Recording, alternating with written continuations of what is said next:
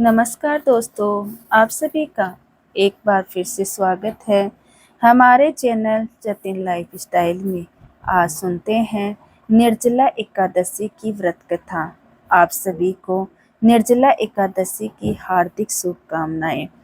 एक समय की बात है, माहेश्वरी पुरी में वेदों को जानने वाला सुमंत नाम का एक ब्राह्मण अपनी पत्नी व पुत्र के साथ रहता था। उसकी पत्नी का नाम गुणवती था और पुत्र का नाम देव शर्मा था।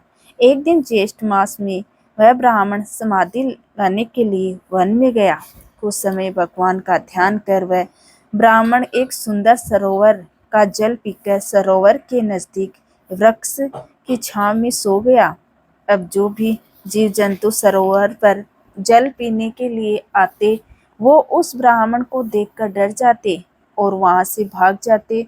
जेठ माह की गर्मी को सहन न कर पाने से और प्यास से कुछ नन्हे जीव जंतु मृत्यु को प्राप्त हो गए।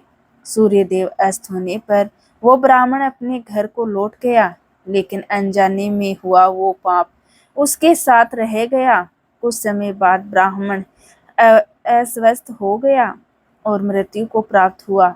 उसकी पत्नी अपने पुत्र और घर का त्याग कर उसके साथ सती हो गई। जेठ माह में अज्ञात पाप के दोष से नरक की यातनाओं को भोगकर वो दोनों ब्राह्मण और ब्राह्मणी पपैये की योनि में पड़ गए और अपने पुत्र के घर के समीप एक वृक्ष पर रहने लगे। वहां रहते हुए पपीहा अपने पूर्व जन्म के कर्मों को याद कर जोर जोर से रोता और उसके पुत्र ने जब पपीहे के रोने की आवाज सुनी तो उसे वहां से भगाने लगा, लेकिन वो वहां से नहीं गया और रोता रहा। थक हार कर उसके पुत्र ने उस वृक्ष को आग लगा दी, जिससे पपीहे की योनि में पड़े ब्राह्मण और ब्राह्मणी के पंख जल गए और वो घायल अवस्था में पृथ्वी पर गिर पड़े। उस दिन स्वप्न में उस ब्राह्मण देव शर्मा को ये ज्ञात हुआ कि वो पपीहे का जोड़ा और कोई नहीं उसके माता पिता हैं। ये जानकर उसे बड़ी हैरानी हुई। वो ब्राह्मण अपने पुत्र श्रेष्ठ ऋषियों के आश्रम पर पहुंचा और अपने माता पिता का सारा वृत्तांत सुना दिया और उनके उद्धार का उपाय पूछने लगा। तब ऋषियों ने उसे बताया, तुम्हारे पिता पर पूर्व जन्म का अज्ञात पाप है। उससे मुक्ति के लिए तुम्हें जेठ माह की निर्जला एकादशी का व्रत करना होगा।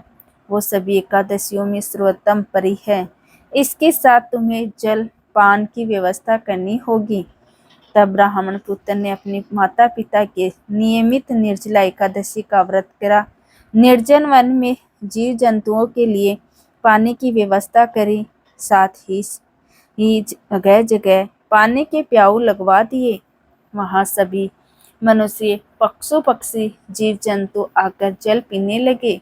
उसके इस पुण्य के प्रभाव से उसके माता पिता को पपीहे की योनि से छुटकारा मिल गया। वो अपने पुत्र को सुख समृद्धि और ऐश्वर्य का आशीर्वाद देकर बैकुंठ को चले गए।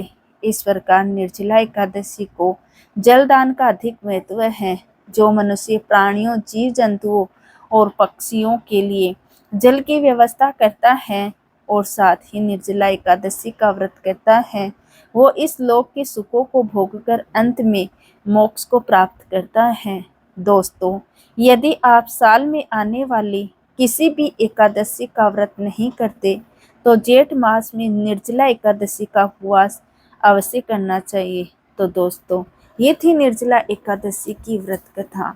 आपको ये कथा कैसी लगी कमेंट करके ज़रूर बताएं और साथ ही साथ मेरे चैनल जतिन लाइफस्टाइल को सब्सक्राइब करना ना भूलें। धन्यवाद दोस्तों।